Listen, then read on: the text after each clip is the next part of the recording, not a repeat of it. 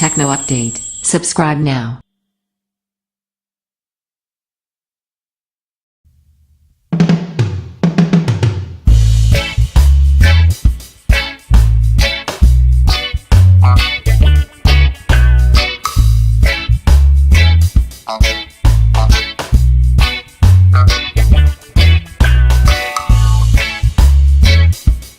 Huawei has been improving its basic design for some time now, tweaking its formula with every release rather than starting afresh each time.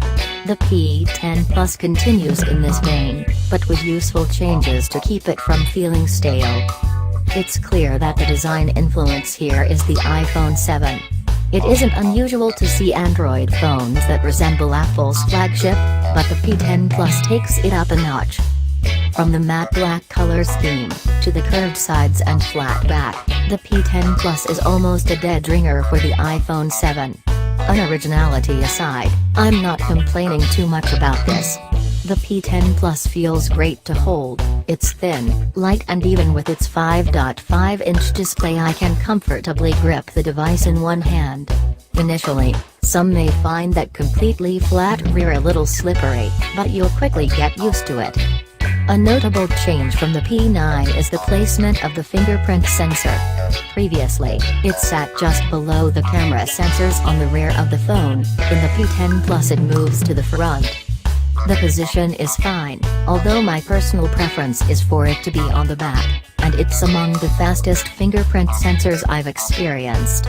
Even with a minimal touch, it zips you right past the lock screen to the home screen. I'm also a big fan of the gestures that Huawei has built into the button.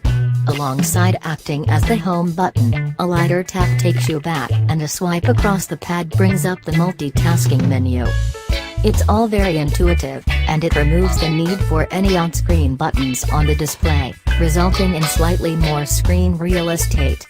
Even if you find it odd at first, stick with it. After a few hours use it will become second nature. I love the matte black color scheme on the iPhone 7, and I remain a fan of it on the P10 Plus. However, Huawei has also teamed up with Pantone to offer other, slightly unusual options. Greenery is Pantone's color of the year 2017, and is one such hue that I really like. The P10 Plus is also available in dazzling blue and a rather bog-standard gold. The blue and green variations feature a diamond-cut pattern on the rear, which is heavily textured and is therefore supposed to offer greater scratch resistance. I'm disappointed that the P10 Plus isn't waterproof. If Huawei really wants to battle the likes of the LG G6, iPhone 7 and Samsung Galaxy S7, all of which are at least IP67 protected, it needs to match this most useful of features. At times, the Huawei's display is one of my most favorite things about the P10 Plus, but it's also the phone's biggest weakness. In terms of resolution and quality, it excels.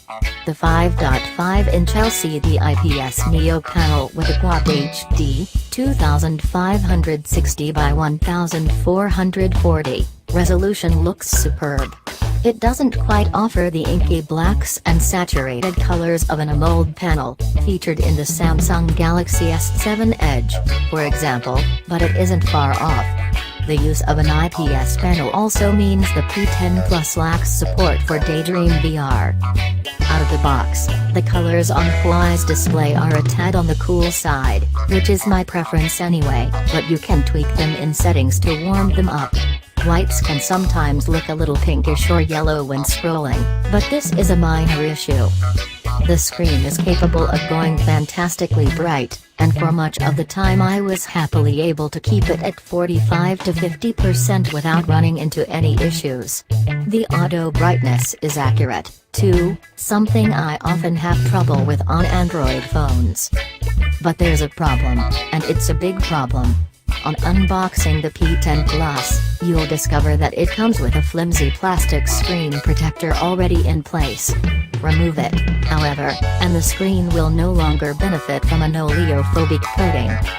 You'll find this covering on pretty much every phone, and its purpose is to stop smudges and oily residue building up.